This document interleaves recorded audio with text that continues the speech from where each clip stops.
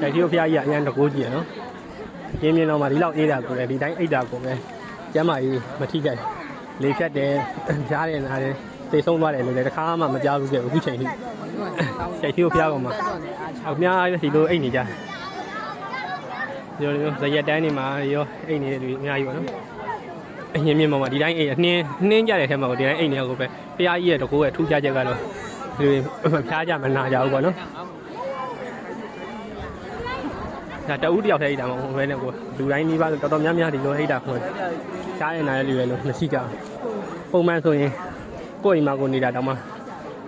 ရေလေးစီးတယ်အေးပတ်ဖျားသွားရင်ရှိကြတဲ့ထဲမှာ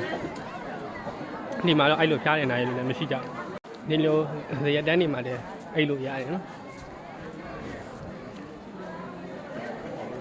ခေါင်းနေဆောင်နေလဲငှားလို့ရပါတယ်ဒီမှာခေါင်းငှားတဲ့စည်းလုံးတွေတော့ခေါင်းတစ်လုံး2000နဲ့ဇပေါ်ကတော့3000ပေးရတယ်ဒီလိုရရက်တန်းနေမှာလဲအိတ်လို့ရတယ်ဓမ္မယုံတွေမှာလဲအိတ်လို့ရတယ်ဒီမှာလဲအိတ်တဲ့လူအများကြီးပဲရှိတယ်